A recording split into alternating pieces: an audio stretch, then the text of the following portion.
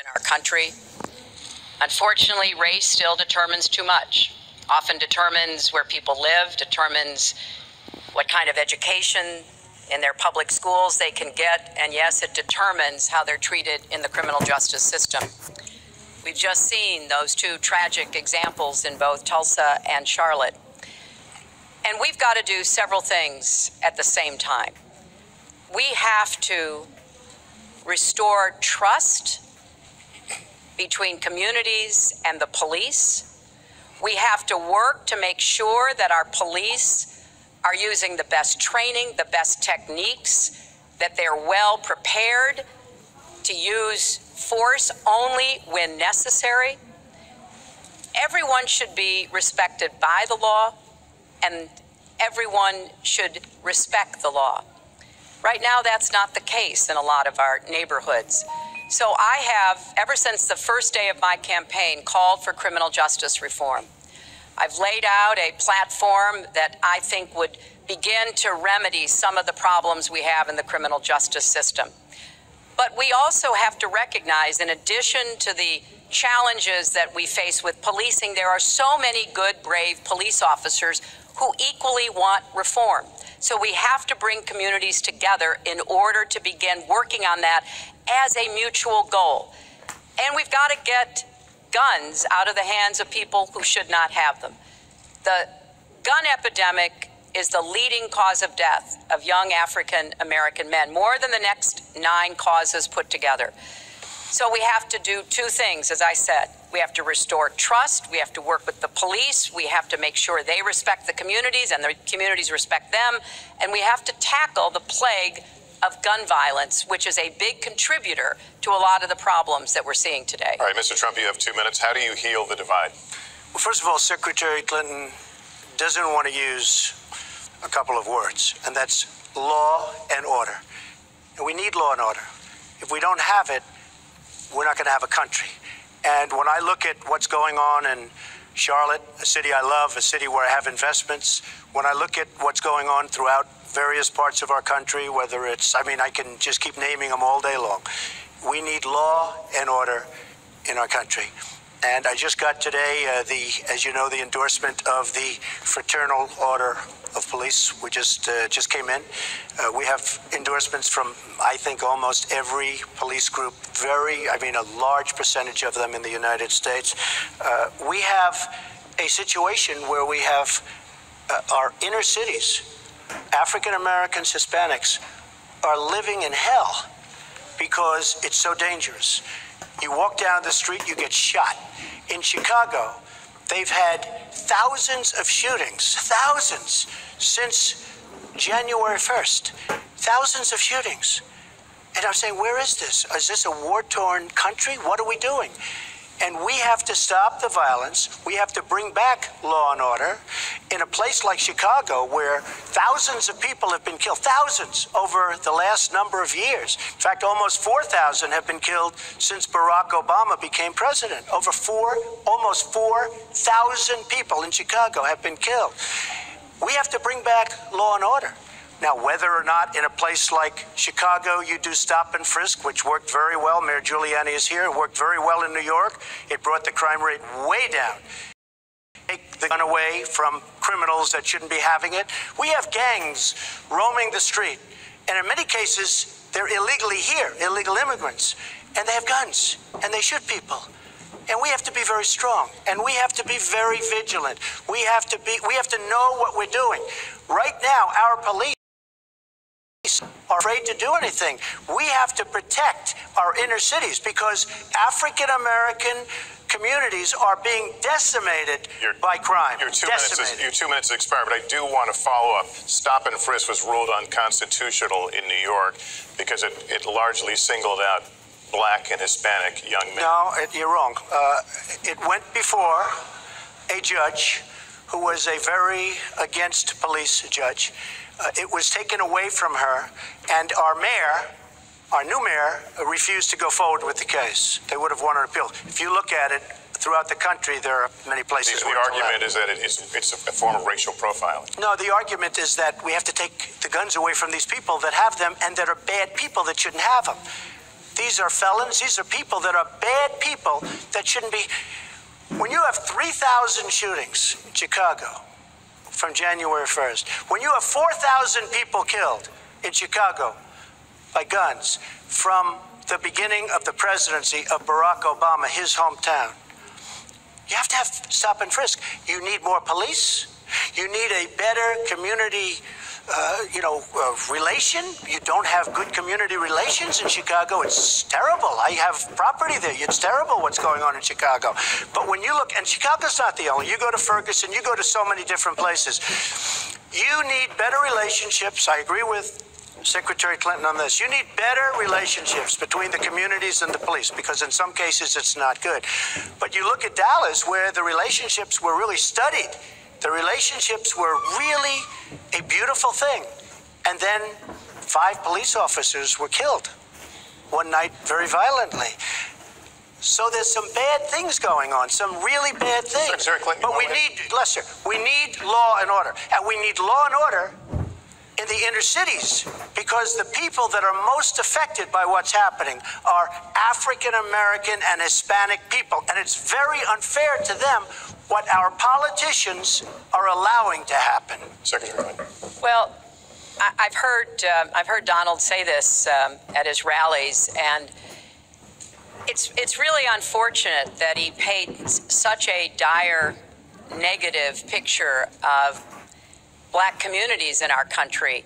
You know, the vibrancy of the Black church, the Black businesses that employ so many people, the opportunities that so many families are working to provide for their kids. There's a lot that we should be proud of and we should be supporting and lifting up.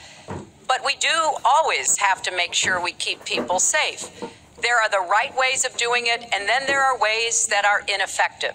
Stop and frisk was found to be unconstitutional, and in part because it was ineffective. It did not do what it needed to do. Now, I believe in community policing, and in fact, violent crime is 1/2 of what it was in 1991. Property crime is down 40%. We just don't want to see it creep back up. We've had 25 years of very good cooperation, but there were some problems, some unintended consequences. Too many young African American and Latino men ended up in jail for nonviolent offenses, and it's just a fact that if you're a young African American man and you do the same thing as a young white man, you are more likely to be arrested, charged, convicted, and incarcerated. So we've got to address the systemic racism in our criminal justice system. We cannot just say law and order. We have to say we have to come forward with a plan that is going to divert people from the criminal justice system, deal with mandatory minimum sentences, which have put too many people away for too long for doing too little. We need to have more second chance programs. I'm glad that we're ending private prisons in the federal system. I want to see them ended in the state system. You shouldn't have a profit motivation to fill prison cells with young Americans. So there are some positive ways we can work on this. And I believe strongly that common sense gun safety measures would assist us right now. And this is something Donald has supported along with the gun lobby. Right now, we've got too many military-style weapons on the streets. In a lot of places, our police are outgunned. We need comprehensive background checks, and we need to keep guns out of the hands of those who will do harm. And we finally need to pass a prohibition on anyone who's on the terrorist watch list from being able to buy a gun in our country. If you're too dangerous to fly, you are too dangerous to buy a gun. So there are things we can do, and we ought to do it in a bipartisan way. Secretary Clinton, last week you said we've got to do everything possible to improve policing, to go right at implicit bias. Do you believe that police are implicitly biased against Black people? Lester, I think implicit bias is a problem for everyone, not just police. Fortunately, too many of us in our great country jump to conclusions about each other. And therefore, I think we need all of us to be asking hard questions about, why am I feeling this way? But when it comes to policing, since it can have literally fatal consequences, I have said in my first budget, we would put money into that budget to help us deal with implicit bias by retraining a lot of our police officers. I've met with a group of very distinguished, experienced police chiefs a few weeks ago. They admit it's an issue. They've got a lot of concerns. Mental health is one of the biggest concerns because now police are having to handle a lot of really difficult mental health problems on the street. They want more training, they want more assistance, and I think the federal government could be in a position where we would offer and provide that. I'd like to respond. Please. First of all, I agree, and a lot of people, even within my own party, want to give certain rights to people on watch lists and no-fly lists. I agree with you. When a person is on a watch list or a no-fly list, and I have the endorsement of the NRA, which I'm very proud of. These are very, very good people, and they're protecting the Second Amendment. But I think we have to look very strongly at no-fly lists and watch lists. And when people are on there, even if they shouldn't be on there, we'll help them. We'll help them legally. We'll help them get off. But I tend to agree with that quite strongly. I do want to bring up the fact that you were the one that brought up the word super predator about young black youth. And that's a term that I think was it's been horribly met, as you know. I think you've apologized for it. But I think it was a terrible thing to say.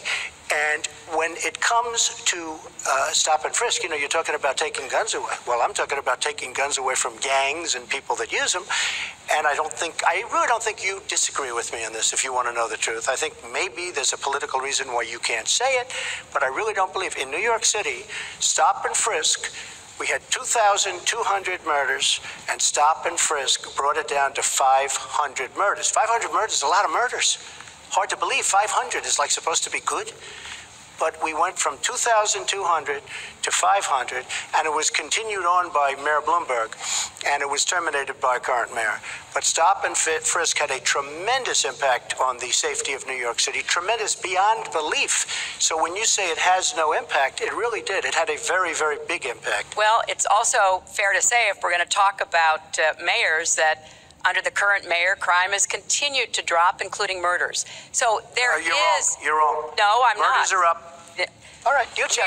New York has done an excellent job, and I give credit. I give credit across the board, going back to mayors, to police chiefs, because it has worked, and other communities need to come together to do what will work as well.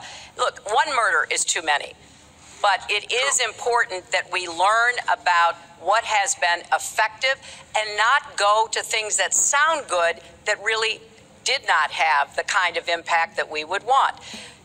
Who disagrees with keeping neighborhoods safe? But let's also add, no one should disagree about respecting the rights of young men who live in those neighborhoods. And so we need to do a better job of working again with the communities, faith communities, business communities, as well as the police to try to deal with this problem. This conversation is about race, and so, Mr. Trump, I have to ask but you. But I'd like to just respond, if I might. Please, 20 I'd seconds. just like to respond. Please respond, then I've got to follow up. Look, the African-American community has been let down by our politicians. They talk good around election time, like right now, and after the election, they said, see you later, I'll see you in 4 years. The African-American look, the community within the inner cities has been so badly treated. They've been abused and used in order to get votes by Democrat politicians, because that's what it is. They've controlled these communities for up to 100 years. Mr. Trump, let me... Unbroken. And I will tell you, you look at the inner cities, and I just left Detroit, and I just left Philadelphia, and you've seen me, I've been all over the place. You decided to stay home, and that's okay. But I will tell you, I've been all over, and I've met some of the greatest people I'll ever meet within these communities, and they are very, very upset with what their politicians have told them and what their politicians have done. Mr. Trump, I think Donald just criticized me for preparing for this debate. And yes, I did. And you know what else I prepared for? I prepared to be president. And I think that's a good thing. Mr. Trump, for 5 years, you perpetuated a false claim that the nation's first black president was not a natural-born citizen. You questioned his legitimacy. In the last couple of weeks, you acknowledged what most Americans have accepted for years: the president was born in the United States. Can you tell us what took you so long? I'll tell you just very simple to say. Sidney Blumenthal works for the campaign and very close friend of Secretary Clinton. And her campaign manager, Patty Doyle, went to, during the campaign, her campaign against President Obama, fought very hard. And you can go look it up and you can check it out. And if you look at CNN this past week, Patty Solis Doyle was on Wolf Blitzer saying that this happened. Blumenthal sent McClatchy, highly respected reporter at McClatchy, to Kenya to find out about it. They were pressing it very hard. She failed to get the birth certificate. When I got involved, I didn't fail. I got him to give the birth certificate. So I'm satisfied with it, and I'll tell you why I'm satisfied with it. Because I want to get on to defeating ISIS. Because I want to get on to creating jobs. Because I want to get on to having a strong border. Because I want to get on to things that are very important to me and that are very important to the country. I will let you respond. That's important, but I just want to get the answer here. The birth certificate was produced in 2011. You continued to tell the story and question the president's legitimacy in 2012, 13, 14, 15, as recently as January. So the question is, what changed your mind? Well, nobody was pressing it. Nobody was caring much about it. I figured you'd ask tonight, of course, but nobody was caring much about it. But I was the one that got him to produce the birth certificate, and I think I did a good job. Secretary Clinton also fought it. I mean, you know, now everybody in mainstream is going to say, oh, that's not true. Look, it's true. Sidney Blumenthal sent a reporter. You just have to take a look at CNN last week, the interview with your former campaign manager, and she was involved. But just like she can't bring back jobs, she can't produce. I'm sorry, I'm just going to follow up, and I will let you respond to that because there's a lot there. But we're talking about racial healing in this segment. What do you say to Americans? Well, it was I say nothing. I say nothing because I was able to get him to produce it. He should have produced it a long time before. I say nothing. But let me just tell you, when you talk about healing, I think that I've developed very, very good relationships over the last little while with the African American community. I think you can see that. And I feel that they really wanted me to come to that conclusion, and I think I did a great job and a great service, not only for the country, but even for the president, in getting him to produce his birth certificate. Secretary Clinton. Well, just listen to what you heard. And clearly, as Donald just admitted, he knew he was going to stand on this debate stage, and Lester Holt was going to be asking us questions, so he tried to put the whole racist birther lie to bed. But it can't be dismissed that easily.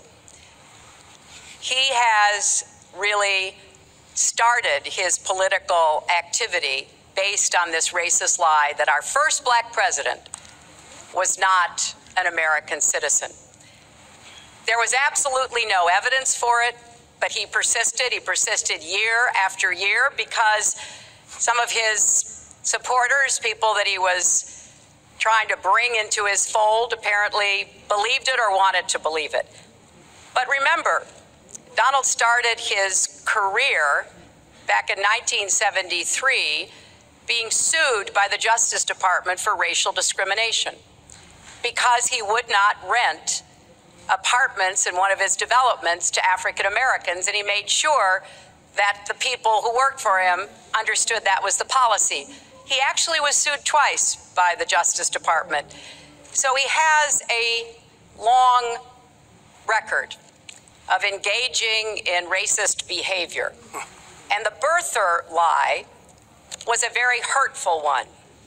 You know, Barack Obama is a man of great dignity, and I could tell how much it bothered him and annoyed him that this was being touted and used against him.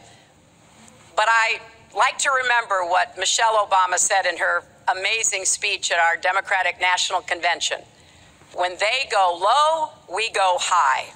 And Barack Obama went high, despite Donald Trump's best efforts to bring him down. Mr. Trump, you can respond, then we're going to move on I to would the next love to segment. respond. First of all, I got to watch, in preparing for this, some of your debates against Barack Obama. You treated him with terrible disrespect. And I watched the way you talk now about how lovely everything is and how wonderful you are. It doesn't work that way. You were after him. You were trying to. You even sent out, or your campaign sent out, pictures of him in a certain garb. Very famous pictures. I don't think you can deny that. But just last week, your campaign manager said it was true. So when you try to act holier than thou, it really doesn't work. It really doesn't. Now, as far as the lawsuit, yes, when I was very young, I went into my father's company, had a real estate company in Brooklyn and Queens, and we, along with many, many other companies throughout the country, it was a federal lawsuit, were sued. We settled the suit with no admission of guilt. It was very easy to do, but they sued many people. I notice you bring that up a lot, and I also noticed the very nasty commercials that you do on me in so many different ways, which I don't do on you. Maybe I'm trying to save the money, but frankly, I look at that and I say, isn't that amazing? Because I settled that lawsuit with no admission of guilt, but that was a lawsuit brought against many real estate firms, and it's just one of those things. I'll go on one step further. In Palm Beach, Florida, tough community, a brilliant community, a wealthy community, probably the wealthiest community there is in the world. I opened a club and really got great credit for it. No discrimination against African Americans, against Muslims, against anybody. And it's a tremendously successful club, and I'm so glad I did it. And I have been given great credit for what I did, and I'm very, very proud of it. And that's the way I feel. That is the true way I feel. Our next segment is called Securing America. We want to start with a